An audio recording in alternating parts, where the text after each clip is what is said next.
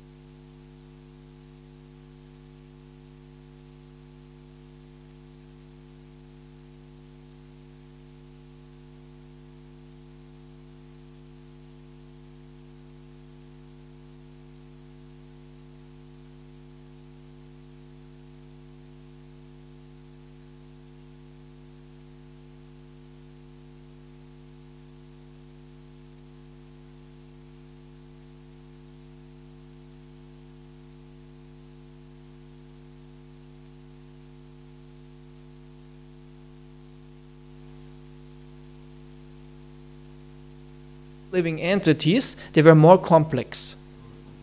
And Brahma is way more complex and more powerful than his creations. And we can understand that also, that we cannot create something more complex than ourselves. Even though this is nowadays the big idea, to create artificial intelligence, artificial consciousness, artificial humans, and one day they will be more powerful than us. Maybe it could happen that some machine or artificial intelligence takes over the world, but it doesn't necessarily mean that it is a more complex living entity, so to say, because the human itself might be subordinate to such an artificial intelligence, but doesn't mean the artificial intelligence, just because of its raw power, so to say, is more complex than a human being. Yeah. Because a human being has many aspects which cannot be simulated by machines. Actually, even consciousness will not be able to simulate it artificially. It seems to be, but it's not really. Anyway, this is a different topic. So Brahma, he created out of himself all these living entities, and now we hear he created these sages, or the rishis. Rishi means also the seer, because they can see or perceive things which are not be perceived by us or other living entities. They have superior powers, they have mystical powers. And so he creates these sages and gives them certain shaktis, as we heard here, certain powers. And now we speak about these shaktis, what he gave them, different qualities. And so we can see a rishi is qualified by these. So what is the first? It's called, here, it was this one, huh? Samadhi Yogardhi. Samadhi Yogardhi. First is Samadhi. Everyone knows the word Samadhi, or? Everyone knows Samadhi. Samadhi means total absorption. Samadhi is also, as we know from the revered Patanjali, is the highest stage in yoga. Samadhi means when our consciousness is completely absorbed and there's no distraction anymore. Yeah. And there are different kinds of samadhis actually in the Yoga Sutras are described. There are different kinds of samadhis. It's not only one kind of samadhi. But the principle is that your consciousness is completely absorbed, there's no distraction anymore, and you are kind of one with the object of your meditation. You're not really become one, but your consciousness is so absorbed in that anything else is dissolved, and any other self-identification, then that is dissolved, more or less. Not dissolved, but it's not perceived anymore. So these sages, they have this samadhi, intense willpower, intense power of consciousness. That's what we don't have. That's what we are working on, right? We should work on that. But every one of us knows that our consciousness and our mind is very weak. What don't we have? This absorption. Yeah? We are very weak. It's very difficult for us to stay concentrated in our japa, in a lecture like that. Just always distractions. Easily distracted. Or in our studies and whatever. The mind goes off. So we have to learn to bring the mind back to be focused. Ekeha kuru nandana, it's called in Bhagavad Gita. If you want to be successful, you have to be one-pointed. And when you are many-branched, when your mind is many-branched, bahushaka means like many-branched, many ideas, many goals, yeah, you will not be successful. So this is one of the principles of any successful person, in the material and the spiritual realm. There's one goal, and you subordinate everything to this one goal, even yourself. Your whole lifestyle, likes, dislikes, have to go or conform to the goal. And the more we do that, the more you are successful. And this is also what we should do in Krishna consciousness. The goal is Krishna. Krishna Prema. And this is what I want, and nothing else. Yeah? The more exclusive we become, the more effective we are. Yeah. And the opposite of this is called Bahushaka, this many branch. That's, Krishna and many other things also. Okay, I want Krishna also. Yeah. So we have to see how much can we subordinate to this lifestyle or to this goal and what not. But if you want to be successful, some things have to go. And this is also said here that the sages, they have this tapasya, and viraktimat, renunciation. They don't have these emotional attachments to so many things. Like if you clean up your room, everyone for sure cleans sometimes up. Yeah, you clean sometimes your room, especially when we were younger. And then we had to clean.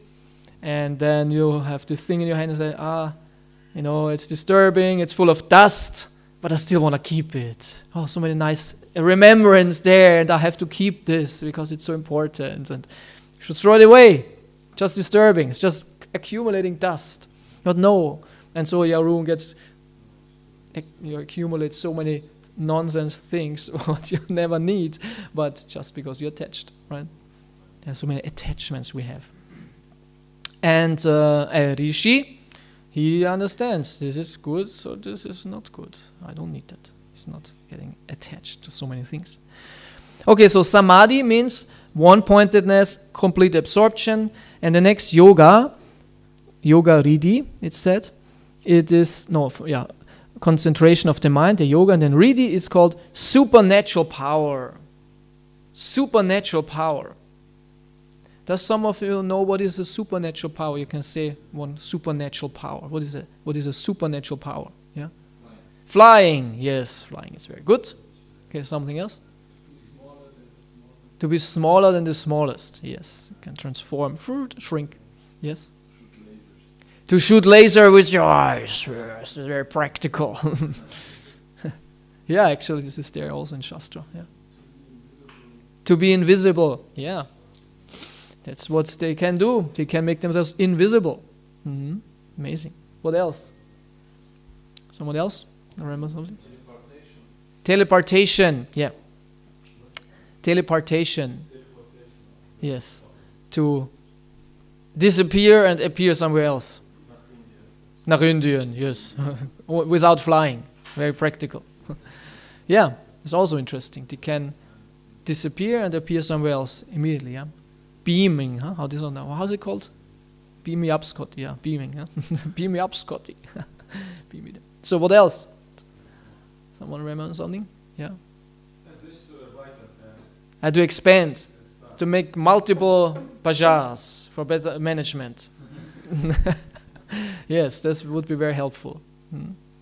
Yeah, to have more of yourself. This is also possible. Amazing, or? It said in Shastra that yogis, they can do that. But only to some degree. Krishna can do this unlimitedly. Krishna can make unlimited Krishnas and act independently without getting confused. Who is me now? It's all me. Yeah, and these sages, they can, Prabhupada says something, I think 7 or 8, right? Copies, and then you can act. Yeah. Interesting quality, yeah. Interesting power. What else? Someone remember something? To manifest something. Yes. Yeah, there's also prapti siddhi. It's called prapti siddhi. Prapti siddhi means actually to get things which are far away. And Prabhupada says, a yogi can stretch out his hand until the moon and get something from there. Not just some dust or stones, because the moon is actually a heavenly planet. Or he expands his hand to India or something, get a mango. So it's not that his hand gets really physically elongated, but it means he can, cover the distance with his mystical power and manifest things here. Yeah, what else? To create planets. Yeah, even that is mentioned that once powerful sage, I think it was Vishwamitra Muni, he was creating a planet out of his power. To breathe under the water, yeah, some can do that. Huh? They stay under the water like, what's his name? Sarabi? So. Yeah, what was his name? With S. Saubhari Muni. Huh? Yeah. He was meditating there. There's actually a temple in Vrindavan for Saubhari Muni. Who has been to Vrindavan? Some of you have been to Vrindavan? You have to. Yes, yes, yes. It's very nice when you go on the Parikram mark behind the ISKCON temple, and normally you turn right, and then you walk more or less than when you come to Radha Madha Mohan temple on this mark. But when you go left, you go out of Vrindavan more or less, and you go into some dust place, and you go through some fields and some villages, and you walk maybe half an hour. And then you come to, I have a video actually, I made once a video also about it, Saubhari place. Okay, we come back. I just tell this story, then you can. This is also a good point, yeah. So, and then you go there, and there's 3 Babajis living. When I was there were 3, like one older, one middle young, and one younger, both all with dreadlocks and beard, and this is the Saubhari temple, and they have a murti of Saubhari. Actually, they have 2 murtis. One is very new, and one they say they worship since Satya Yuga or something like that, very very old. And I came there and waited for darshan because it was closed, and I was waiting. I was very anxious to see Saubhari Muni. And then the altar opened, and there he was. I should have a photo or something there. Maybe you can find online for sure. And he looked really powerful, really intense. Like the eyes were like angry and staring, and with a beard, and was sitting there like this. And just, okay, Saubhari Muni, obeisances, the Murti, and they worship Saubhari Muni. This was their main deity there, Saubhari Muni. So in this story, shortly, I don't want to tell it in all details, it's in the 9th canto of Bhagavatam. So Saubhari Muni was meditating not far from this temple, because there's the Yamuna, in the Yamuna, in the river. Underneath, he was sitting on the ground of the river, in the water. And he was meditating there for a long time. Completely absorbed. Why was he doing that? Why chose he such a place? Yeah, because these sages, they want to be alone. And do also austerities. Because it said, if you want to do austerities, you go somewhere where there's no one else. And he was sitting there meditating. Long time. And suddenly, because what is happening in the river, there are many fish. And 2 fish were swimming by, actually a male and a female fish, and they had sex. And he saw that in his meditation, and the most amazing thing happened, that he became inspired to do the same. Somehow or other, he was inspired, I also want to have a sexual relationship. In the middle of his meditation, more or less. Because he saw the fish, he was inspired. So he stopped his meditation, okay, I'll go, went out of the water, and went to a king. Nearby was a king in his kingdom, and he knocked on his door. Hello, yes, what do you want? Excuse me, do you have some daughters of yours who can, help me out? He asked for the hand of the princess. And the king who saw Saubhari Muni was like wet and like maybe a little bit green. I don't know, when you sit so long under the water. He was not looking very attractive and respectable. With his beard and hair and dripping and I want your daughters. And the king said, no problem, because sages were respected. Oh, no problem, but just ask them yourself. Because the king expected that they will say, no, thank you, but no thank you. So the Saubhari Muni understood the mind of the king and said, okay, maybe he is right. I'm not looking very respectable and attractive.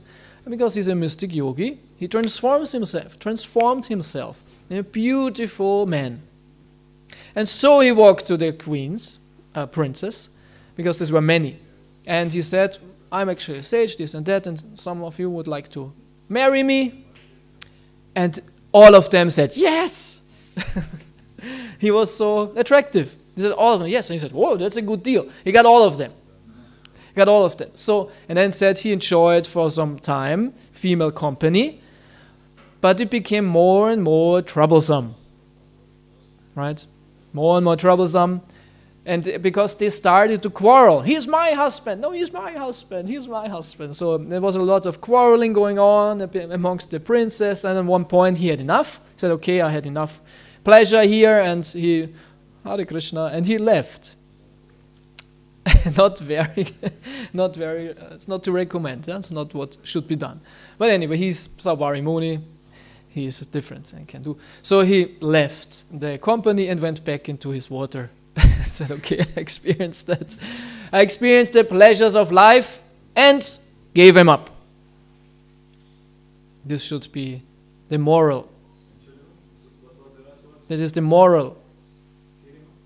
The moral. I gave it up. Yeah, this is the moral. He gave it up.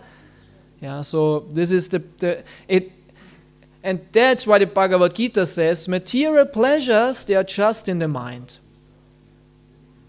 And that's the reason why a yogi or a devotee who controls his mind is not inclined towards material pleasures anymore, because understands this is only in the mind. After, in the end, you say, was not that wonderful. The mind makes everything wonderful or not wonderful. This is the quality of the mind. You think, this is wonderful, this is great, I want to have it, it must be so super, this, that. And then, actually not. And the same also with the negative. The mind says, oh, this is terrible, it's painful, it's so bad, and this and that, but actually not. It's all speculations of the mind. So when we control the mind, you overcome the dualities of life. And this is why Bhagavad Gita in the 6th chapter says, the one who controls his mind, the super soul, is attained. A transcendental state is attained. Yeah, it's very powerful. So, yeah, we spoke about renunciation and its qualities. So you mentioned to live very long, right? Lifetime. Yes, live hundreds of years, thousands of years. Yeah, there's also a supernatural power to live very long, and yogis can do that also, live very long.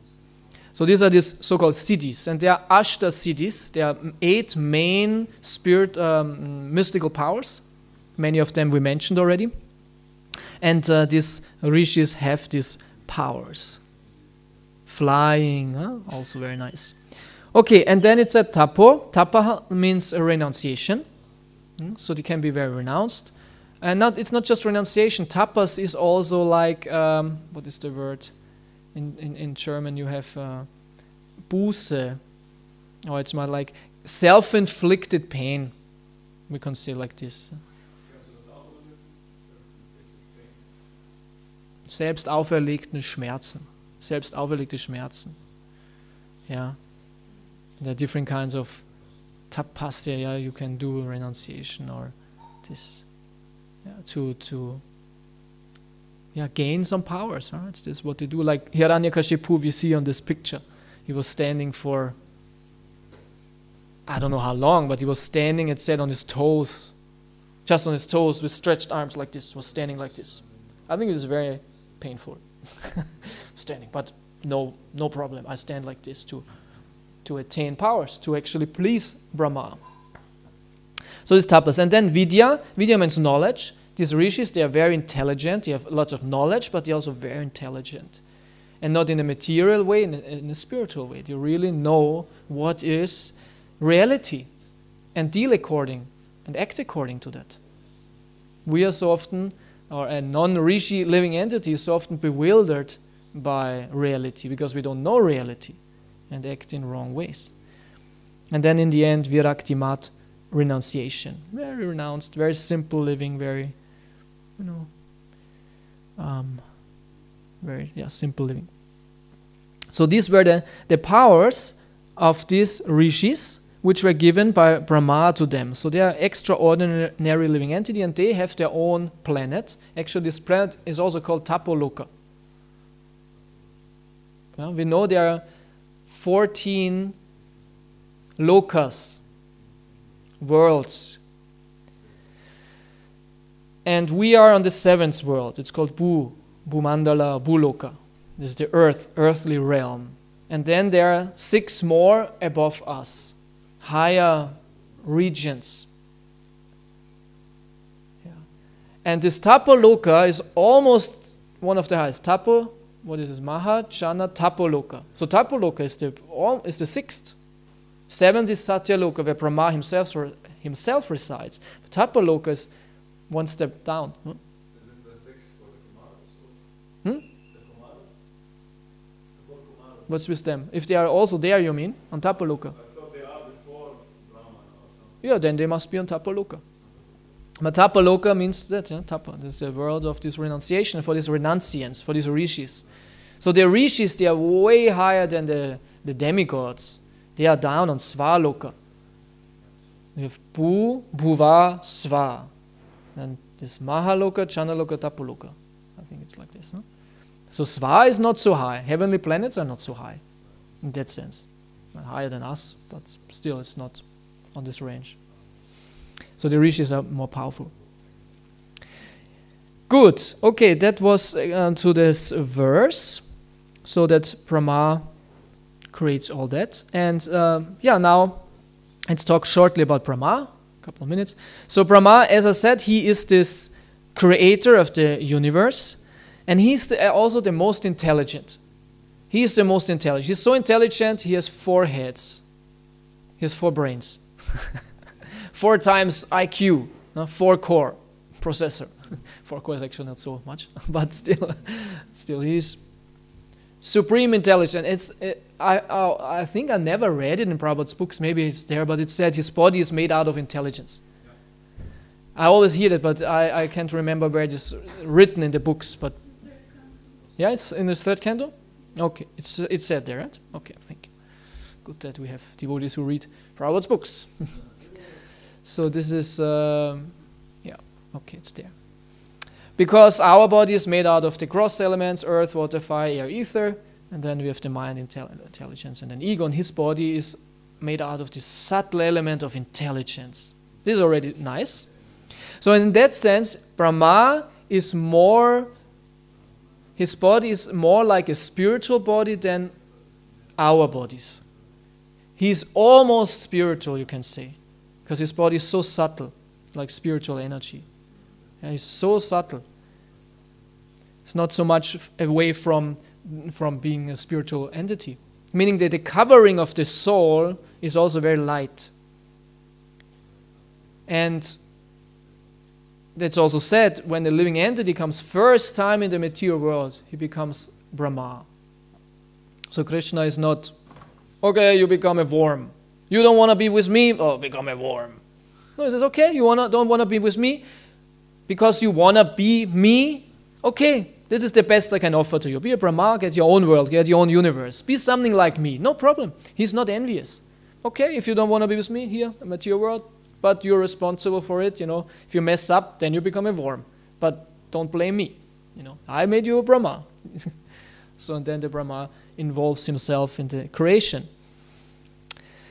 And he's definitely not the supreme. Krishna is the supreme, and we have this beautiful, important story in the Bhagavatam where Krishna shows Brahma who is supreme. Right? And this Leela is also called Brahma Vimohana Leela, the pastime of the bewilderment of Brahma. Yeah, we know this Leela when he was. And what was his bewilderment? His bewilderment was that he could not, he was not understanding, because he thought he put the cowherd boys and the cows in the cave, and then he sees those who put in the cave still being there. And he could not recognize that Krishna duplicated or imitated, them. And normally Brahma, he cannot be bewildered. He sees immediately, this is not the original, right? He could distinguish. You cannot cheat him like that. But the imitation or the copies, they were perfect. So he could not see that. So he was in that sense bewildered. He couldn't understand what is now the original. I put them there, but they're still there, and he couldn't see the difference. Krishna made the so perfect, the copy so perfect. And he was so bewildered that his heads, they reeled. And they became, because somehow or other for him it must be important to understand things. And he probably had never experienced that, to not understand. Because he created the whole universe, he understands everything. Right? Whenever there is some situation in the Bhagavatam and Brahma comes in, he always comes in being very aloof, always being kind of neutral. He's not implicated, involved in the stress that demigods have with the demons or the bewilderments of. He always comes in as the grandfather of the universe who stands above it, and he clears the things, and he's the shelter. So it's not that he gets implicated, so to say. And this was a rare situation when he was really getting bewildered. And that was too much for him, that he, what's going on? It was like perspiring and error. It was a huge error in his brain. Yeah, the system was lagging. And then Krishna, I don't know if he enjoyed it, but he wanted to show him. And then we said, okay, it's getting too much. His heads might explode because of this error. Then he showed him, okay, it's me. And all these cows and cowherd boys showed to be the Vishnu forms, expansion of Krishna. And suddenly Brahma saw unlimited Vishnus, who all are expansions of small cowherd boy Krishna. And then he was, oh my God, what have I done? And immediately offered obeisances. Yeah. And we have this other pastime, which is quoted in Chaitanya Charitamrita, when Brahma came to Dwaraka, and the powerful Brahma came to Dwaraka to see Krishna at Darshan. And there was a doorkeeper. And the doorkeeper says, oh, what you want? Yeah, I want to see Krishna in Dwaraka. And the doorkeeper says, oh, one moment, I inform the Lord that you are here. And he goes to Krishna and says, oh, Krishna, Brahma is standing in front of the door, he wants to see you. And Krishna says, oh, that's very fine, but ask him, which Brahma? And the doorkeeper comes out and says, oh, the Lord will receive you, but he wants to know, which Brahma are you anyway?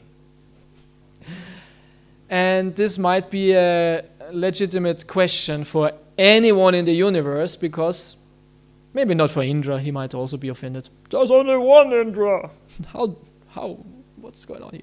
So Brahma, he is really the one and only. Because Indras, there are many Indras. There are 14 Indras on one day of Brahma. There have been so many Indras, maybe not at the same time. But even at the same time, we have the story with, who was it? Nahusha. There's one king who became Indra because Indra wasn't there. And right, Indra is also not such an unique position. It's quite unique, but there's only one Brahma. As long as the universe exists, there is no change in that. Only one Brahma. So the question, which Brahma are you anyway, was in that sense a bit triggering for him. And he said, what do you mean with which? I'm the Brahma? And it said then, well, how was it? Then Krishna came out. Huh?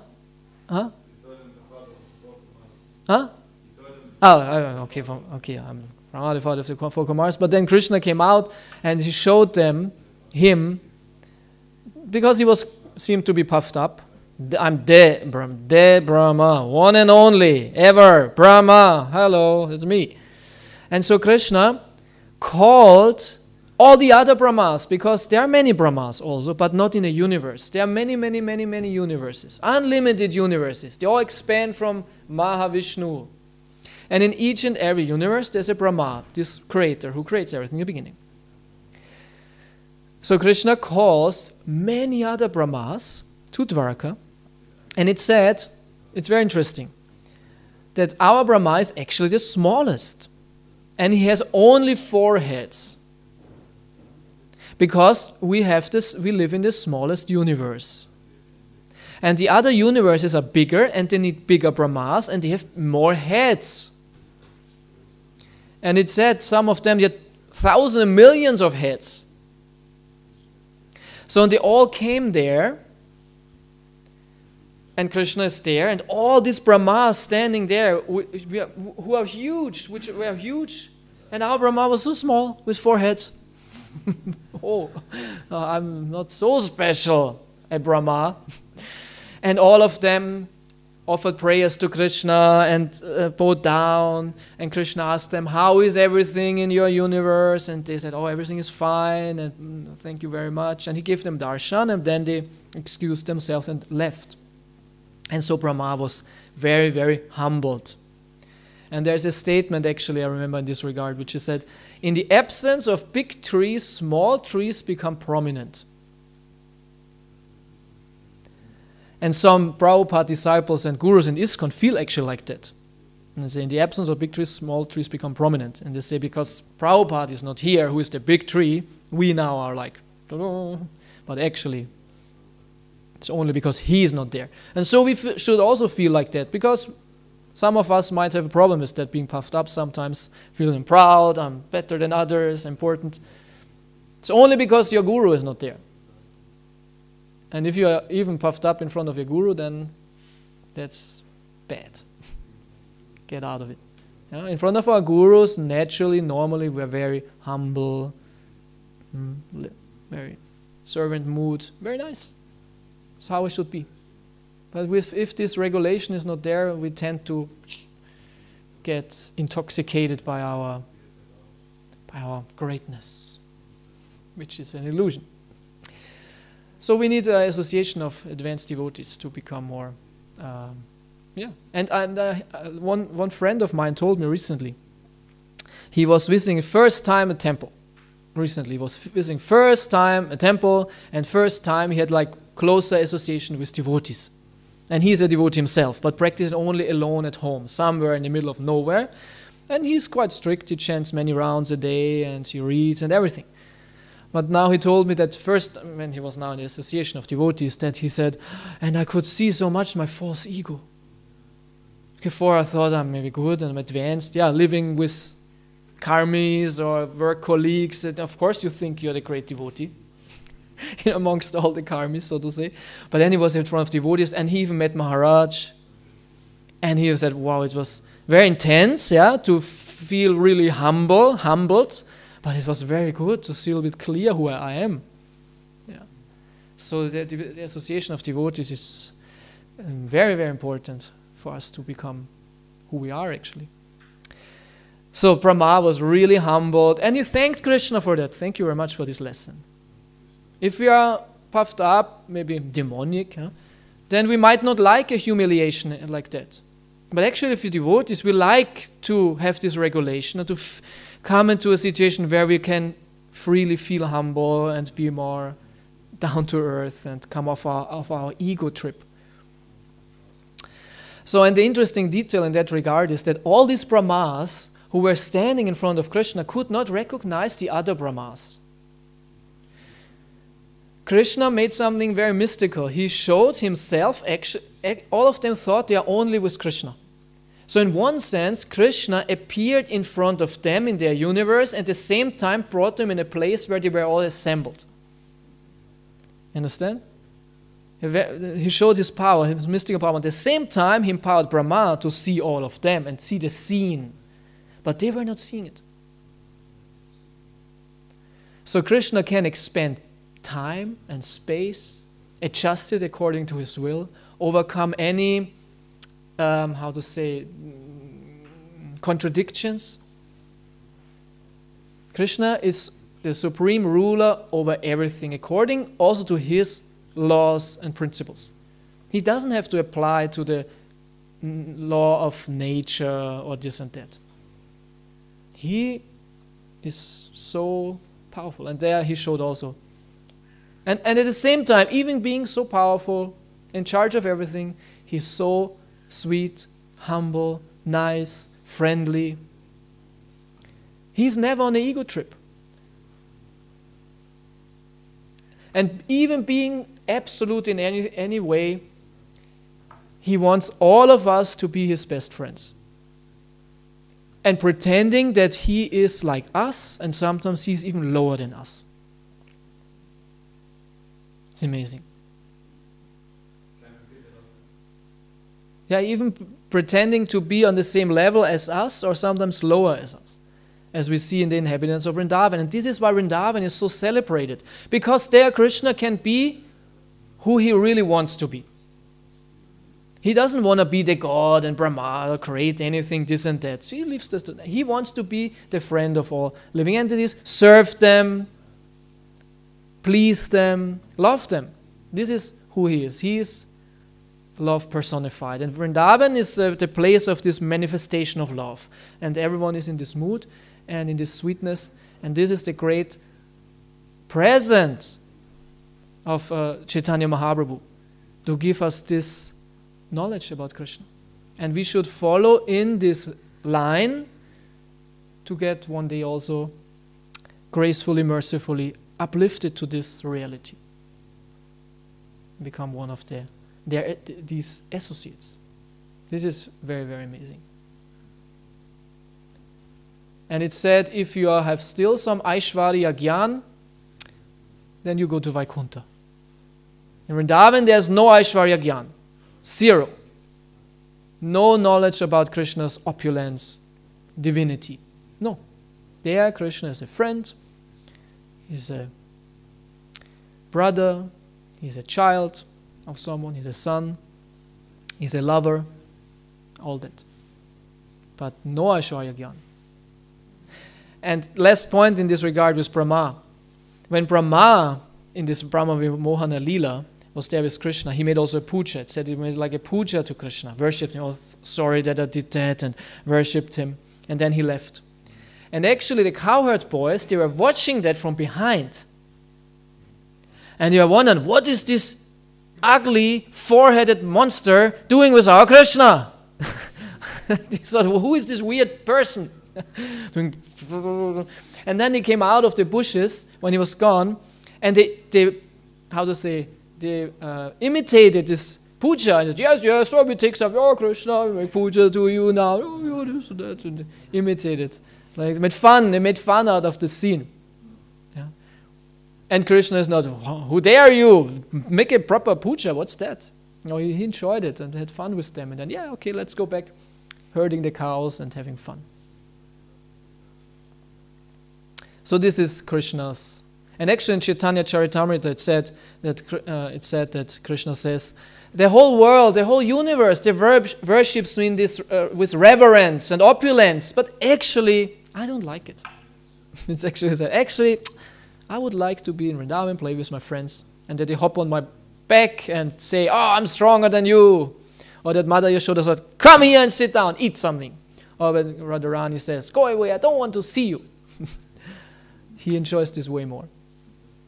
But for that we have to be very, very qualified. We cannot imitate this prematurely. Okay, not then. Oh, Krishna is easy. No, we have to do our sadhana very properly to be allowed to have such a relationship with Krishna. Because then we wouldn't make offenses. So we cannot imitate. So we follow, but don't imitate. This is the art. So Hare Krishna, thank you very much for your attention. Any questions? So I think Vitu was before, because during the lecture you had a question. Is this still relevant? Okay. Yes, my question was, you were talking about sometimes we think through our false ego that we are the controller, and that we are in this material world because of that, because we can be here the controller and live out our stupid ideas or whatever, but I read in a passage, and that's why I'm a little bit confused. I would like to ask you that it's just an illusion that we control it. All the time Krishna is the controller. It's like we don't control anything. Yes. So how is that? That's the point. Yeah. That's the point. That you don't control. So we don't control anything. Krishna is in charge. But he lets us believe that it works like that. This is called Maya. Maya is it's in that sense it's an illusion that we are not the controllers, or we are not even enjoying. So it's an illusory enjoyment, but during you enjoy it, it seems to be real and real enough to have your experience. And then in time, when we have a higher knowledge and consciousness, we understand, oh, it's illusion and it's temporary and it's not necessary. But for the time being, it seems to be real and real enough. Maya makes it very real. And for that, this is the purpose of this material world, that we can fulfill our material desires. And material means, in that sense, illusory because it's temporary and it's not a real pleasure. But in the illusion, you think it's real and real enough. And then this should satisfy your material desires. Yeah, they are not spiritual. And in that sense, should also help in realizing that it doesn't really make you happy. But when we have material desires, they have to be materially fulfilled to some degree, to give them up. And then you understand, oh, it's actually not so important and not so relishable. Yeah, but to some degree they have to be fulfilled. You understand? So there's no contradiction what you say here. Krishna arranges this material, illusory universe that we can go into this illusion, do an illusory thing, and when we're done with it, we can go back to Krishna.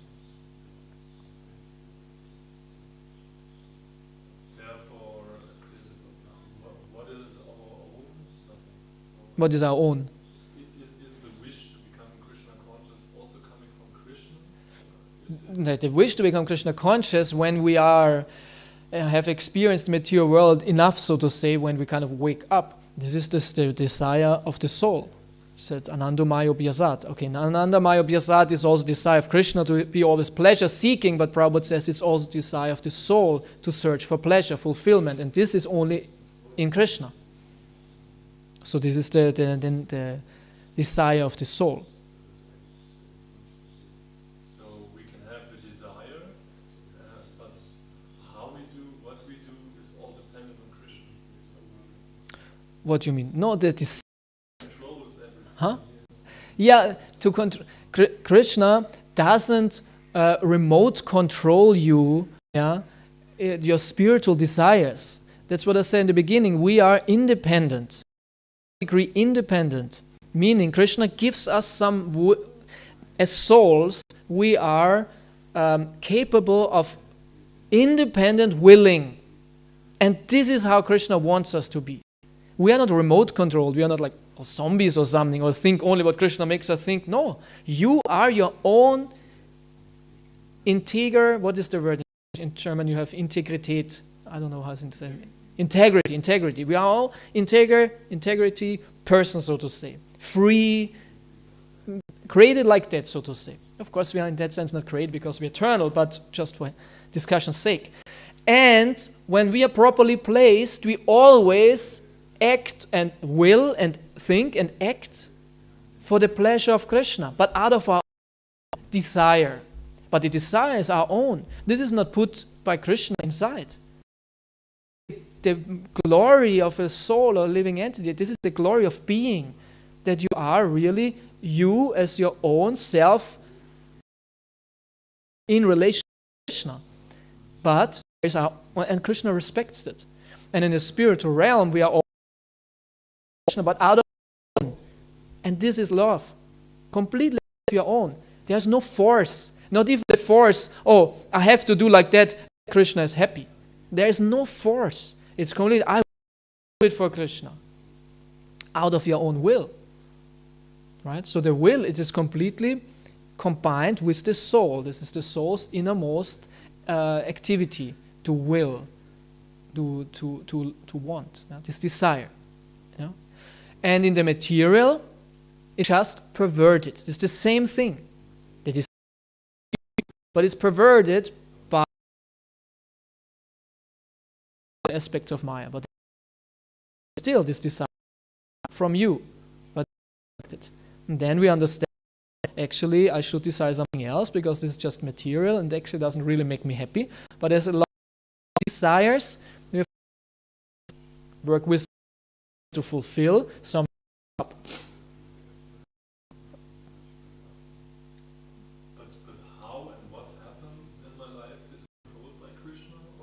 Of course, this is why it's said in Bhagavad Gita, this 3:27, right?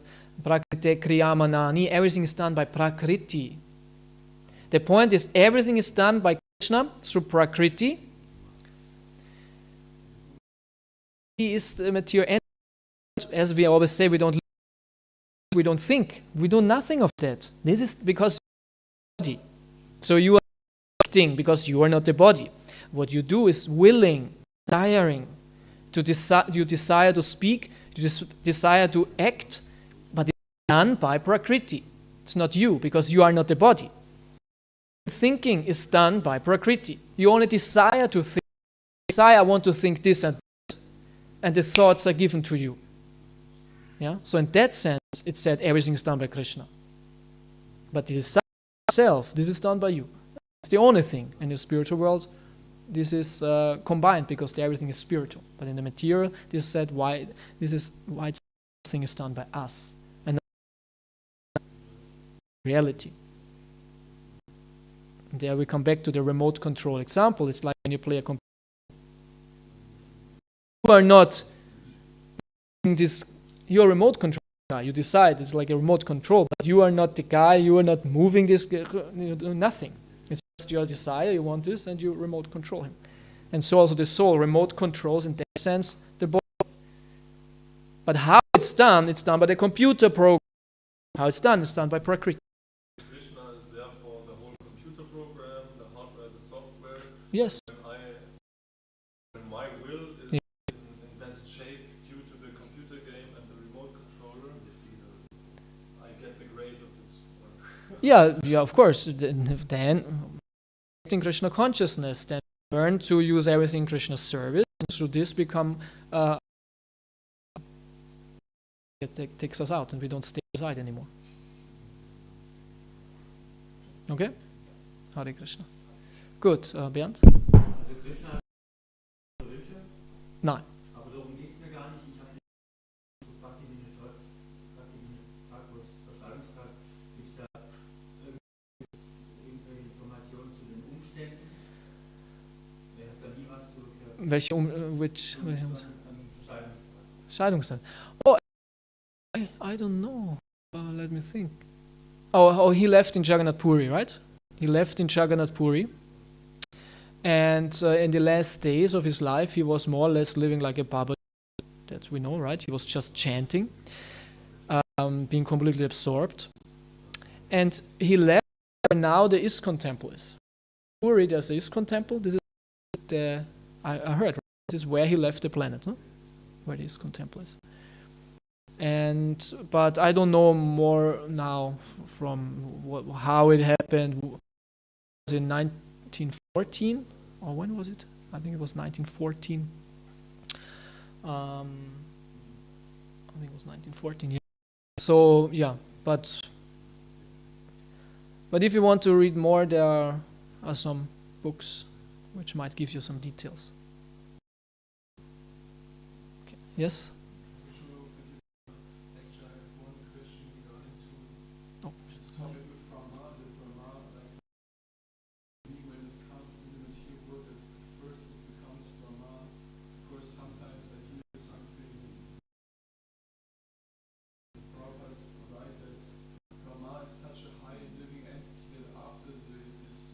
Yeah. Yeah, he goes back to Krishna. Yeah, no. Yeah, I understand, and I also was thinking, how is it now? And I could at least... Yeah, because I said that when we come in the universe first, we become a Brahma, but at the same time, Prabhupada says that the Brahma goes after this lifetime back to Krishna. So it mustn't be a contradiction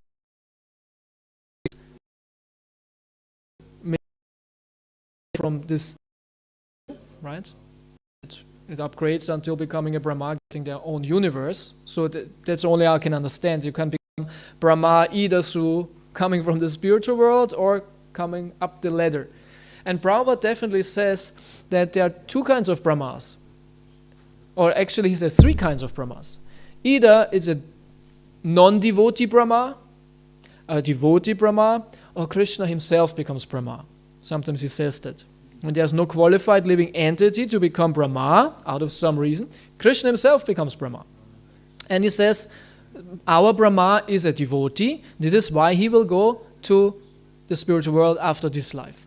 But he says there are also non-devotee Brahmas, and they wouldn't go back. So I would say there are different circumstances. So in that sense, it can work out. And we are having right now a Brahma who is a devotee. So I wouldn't say that he was coming, it was a soul who came from the spiritual world, now become Brahma. He seems to me that he was one who became a Brahma. But maybe it's also like that a soul comes into this material world, becomes a Brahma, and immediately realizes, oh, I don't want to get involved, and goes immediately back. Maybe also. It's that unlimited universes, so there might be many variations and possibilities. So this is only what I can say. Maybe someone else knows something in this regard? No? Okay, last thing. No, just about the thing that when Brahma takes his followers with him to the spiritual Yeah. Yeah, it's also said that Brahma, when he goes back to the spiritual world, he takes his followers with him, like sages and who live with him there. Actually, they also wait that Brahma goes back, and they go back with him to the spiritual world. Are we followers of Brahma? We are in the line of Brahma, in the Sampradaya of Brahma, but we are not those associates. I don't think that we are counted in this group. I thought these are the sages who live with him in Satyaloka and do their austerities and meditation there.